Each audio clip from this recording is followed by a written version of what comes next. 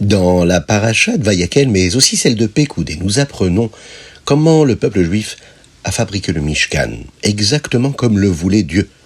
Mais si on regarde bien les psukim, les versets, on pourrait penser se poser la question, est-ce que nous n'avons pas déjà appris tout cela ? La Torah aurait pu simplement dire « Et les bénis Israël, et le peuple juif, a fait le Mishkan exactement comme Hachem le voulait ». Au lieu de cela, il y a pratiquement 2 parachiotes entières qui répètent ce que nous avons déjà appris. Pourquoi ? La Chassidoute explique que Moshe a entendu parler du Mishkan alors qu'il était sur le Har Sinaï. Il était très proche de Dieu et se sentait presque comme un malach, un ange. Lorsqu'il a entendu parler du Mishkan, il a pensé à toute la spiritualité qu'il y a dans le Mishkan, à toute la sainteté, la Kedusha qu'il va retrouver dedans. Et c'est tous les psukim de la parashat Trouma et Tetzavé qui en parlent. Cependant, dans la parashat Vayekel, que nous étudions cette semaine, mais aussi celle de Pekoudé, nous apprenons comment le Mishkan est fait de manière physique et matérielle, Begesh Miyut. La façon dont il a été construit avec du bois, de l'or, de l'argent. Nous apprenons comment le peuple juif a donné de l'or et du cuivre pour construire le Mishkan. Et comment Betzalel, mais aussi Aholiav, ont veillé à ce que chaque partie du Mishkan soit réalisée correctement. Quel est le point principal du Mishkan ? C'est la Gashmiut, ce que nous étudions cette semaine. La Gashmiut, c'est-à-dire les matériaux physiques qui ont constitué ce Mishkan. Hachem veut faire une maison ici-bas. Dira Betartonim. Dans ce monde, c'est un monde qui est fait de minéraux, de végétaux, d'animaux, d'hommes, un monde plein d'arbres, de rochers, de terre. Hachem n'a pas besoin d'une autre maison dans le ciel. Il veut vivre ici, dans ce même monde dans lequel nous vivons ici. C'est ce Mishkan dont il est question. Et quand on réalise cela, on comprend en réalité que tous les jours de notre vie, on est en train de construire le Mishkan.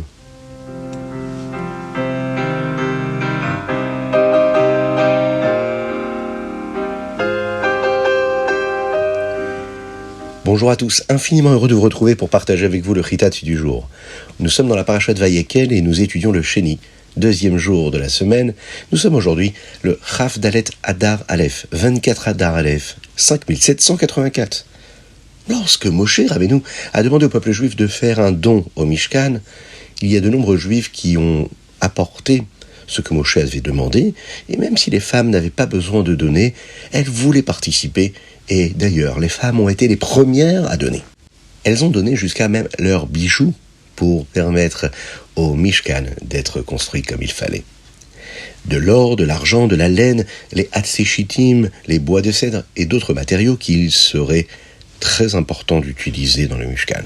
Certaines femmes très talentueuses tissaient la laine alors qu'elle était encore sur les animaux. Les Nessiim de chaque tribu, les chefs de chaque tribu, eux, n'ont pas donné tout de suite. Ils ont d'abord essayé de s'assurer que chacune des tribus donnait autant qu'elle le pouvait.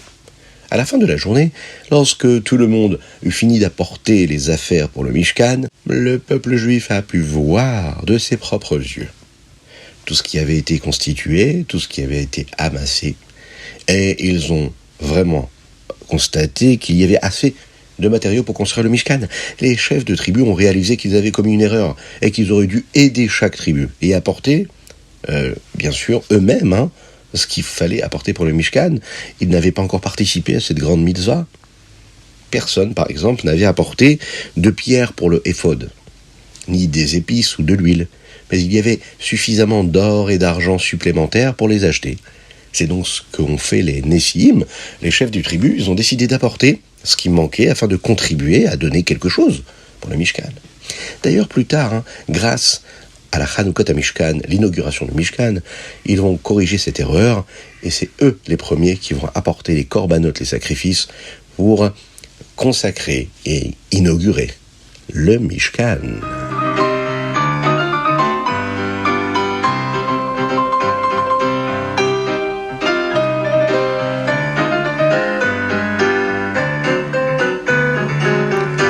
Téhilim 113, 118. Du 113 au 118. Il y a un verset dans les Téhilim d'aujourd'hui, dans le chapitre Kuf Yutret, le 118, qui dit « Hachem li behozeri, vahani her'e besonai.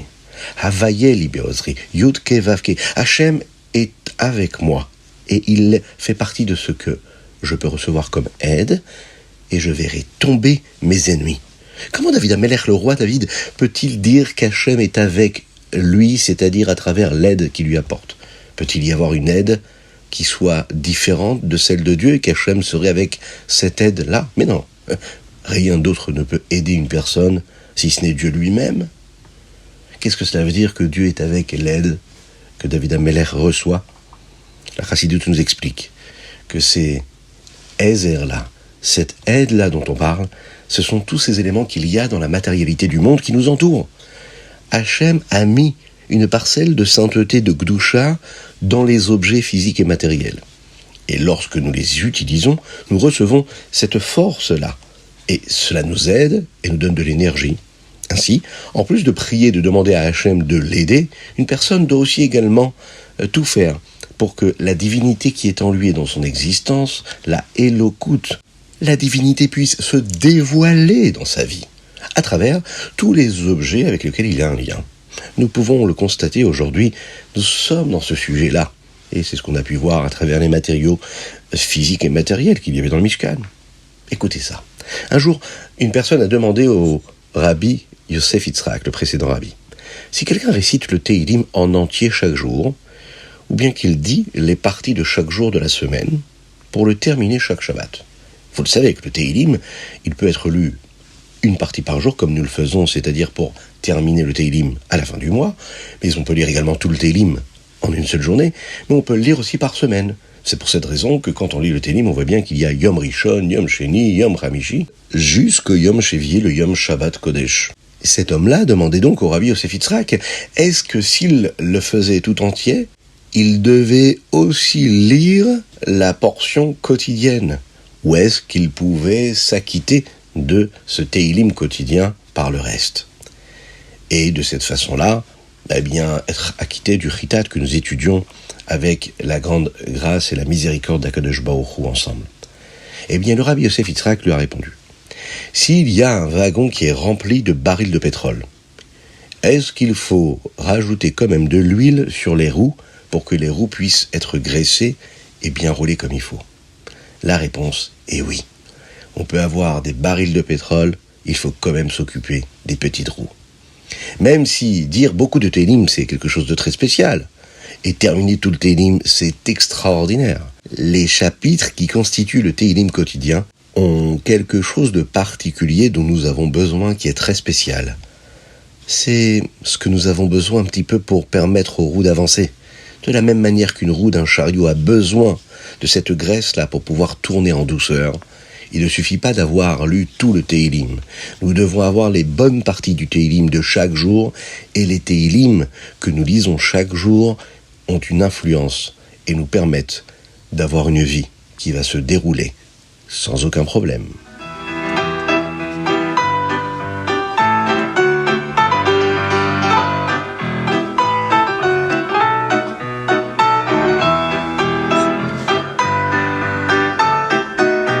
La tzedaka, c'est très important de mettre la tzedaka. Une pièce, parce que tous les jours on doit mettre la tzedaka, et une deuxième pièce, parce qu'on pense très fort à nos frères en Eretz Israël. Et si vous n'avez pas de pièce dans la poche, vous savez ce que vous faites? Vous cliquez sur le lien Allodon pour diffuser le chitat, et vous nous donnez des forces pour diffuser encore un petit peu plus la chassidoute et la volonté du rabbi de Lubavitch, afin de donner beaucoup de vitalité à tout le Ham Israël, à tout le peuple juif.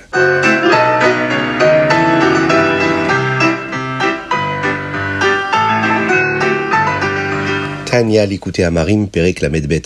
Lorsque l'on réalise que la partie principale de notre vie, c'est la Neshama, l'âme que nous avons en nous, eh bien nous allons regarder un autre juif de la même manière. Donc, de cette façon, nous pourrons avoir la vraie Ahavat Israël, l'amour du prochain. Si on regarde une personne avec ses différences, il est fort probable que ces différences nous dérangent. Parfois on va les jalouser, les envier, ou parfois elles vont nous déranger, et on risque de les détester. Et ça ne nous aide pas du tout à aimer notre frère juif. Lorsqu'on se concentre sur sa neshama à lui, eh bien, on est sûr de pouvoir l'aimer de la meilleure des façons. Mais pour pouvoir regarder un autre juif à travers son âme, et non pas à travers son corps ou ses traits de caractère, eh bien, il faut apprendre aussi à se regarder de la même façon. On doit se regarder, nous, pas à travers ce que nous avons comme aspect physique, à travers nos traits de caractère, mais surtout à travers cette âme pure qui est en nous. Lorsqu'on se regarde de cette façon-là, on a beaucoup plus de chances d'agir comme il faut. Alors comment le faire ? Réfléchissons aux raisons pour lesquelles il est si difficile d'avoir la Ahavat Israël, l'amour du prochain. Les gens ont une apparence, ils ont un comportement différent chacun l'un de l'autre, ils ont une voix différente l'une de l'autre. Certains sont grands, certains sont petits, certains sont plutôt bruyants, d'autres sont silencieux, certains sont intelligents, d'autres sont talentueux. Certaines personnes sont même méchantes, mais d'autres sont plutôt des personnes gentilles. Il y a des gens qui aiment jouer, il y a des gens qui aiment lire, offrir des cadeaux, recevoir des cadeaux. Il y a des gens qui aiment différentes choses et qui ont des personnalités différentes. Alors, cela rend difficile d'aimer tout le monde de la même manière. Mais toutes ces différences sont uniquement dues au corps. Nos âmes sont toutes pareilles. Ce qui nous différencie, c'est nos corps, les âmes. Nous sommes tous des mêmes âmes qui venons de la même âme. Celle qui nous relie à Kadosh Baruch Hu, à Dieu. Donc si nous sommes capables de nous regarder et de nous voir à travers notre neshama, notre âme, à travers ce que nous appelons la Hitzbonenut. La Hitzbonenut, c'est-à-dire réfléchir, approfondir cette idée-là. Ne regarder que l'âme qui est en nous et pas le reste, et comprendre qu'elle est essentielle. Nous pourrons voir que pour tous les autres aussi, l'essentiel c'est l'âme. Et ensuite, il n'y a aucune différence. Et nous pouvons avoir de la Ahavat Israël, Ve'ahavta l'reacha kamocha, tu aimeras ton prochain comme toi-même, puisque toi-même tu te regardes à travers ton âme, eh bien tu pourras aimer un autre juif, peu importe comment il est, à quoi il ressemble, ce qui te plaît ou pas chez lui, si ce n'est juste sa neshama, son âme.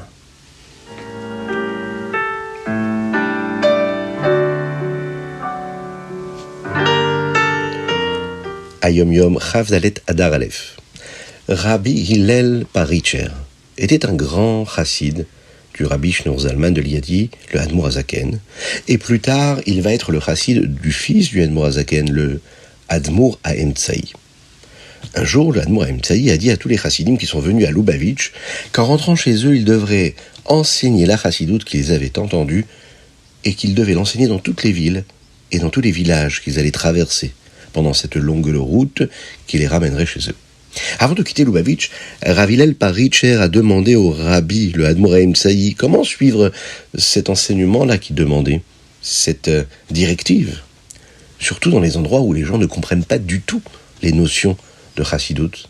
Le Admour Haemtsaï lui a répondu, il lui a dit qu'il devrait également étudier la Chassidut dans ces endroits, et l'enseigner, parce que la Neshama entend. Même si ces gens-là ne comprennent pas ces notions, eh bien la Neshama peut l'entendre. Le Admour Haemtsaï a utilisé un verset pour montrer à Rabbi Hillel que non seulement l'âme entend la Chassidoute, mais que cela donne à la personne le droit de faire ce qu'Hachem veut.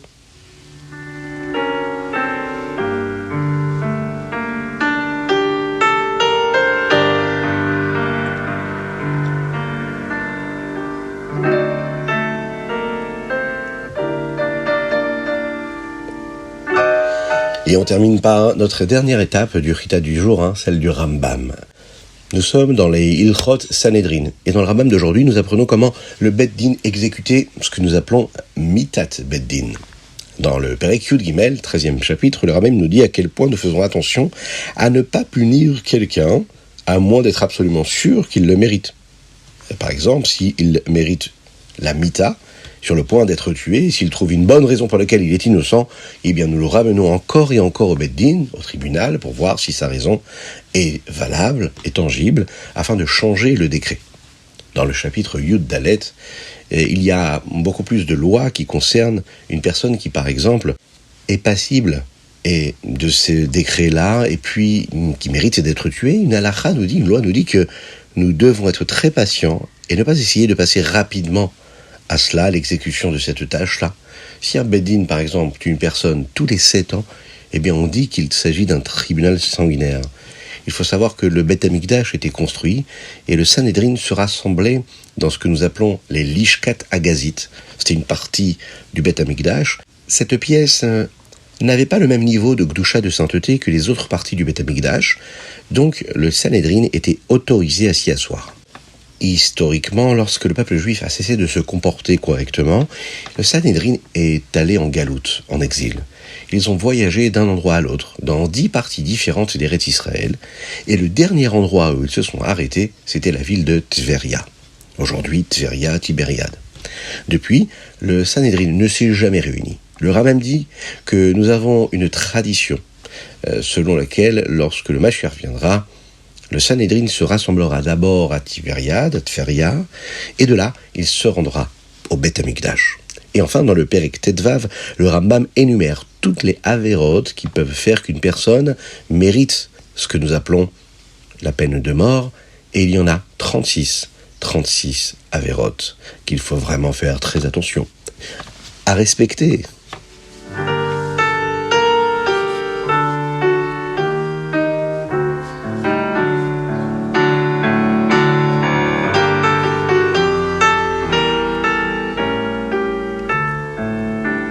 Et voilà, c'était le Chitat du jour. J'espère que vous avez passé un bon moment. Je vous invite à le partager. Comme d'habitude, je vous invite à nous envoyer vos dédicaces sur chitat.fr, mais également par WhatsApp au 06 21 37 24 52.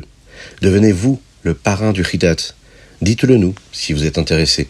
C'est important, cela donne de la force, du courage, de l'énergie et des moyens physiques et matériels qui nous permettent de diffuser la sainteté de Dieu ici-bas sur Terre.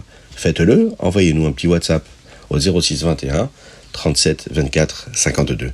Que Dieu vous bénisse, passez une excellente journée, qu'il vous inonde de bonté, de grâce et de miséricorde, qu'il vous inonde de joie véritable pendant ce mois-là de Hadar que nous vivons, une joie qu'il faut exprimer à travers les chants, les danses et bien sûr la reconnaissance et le remerciement à Dieu pour tout ce qu'il nous donne.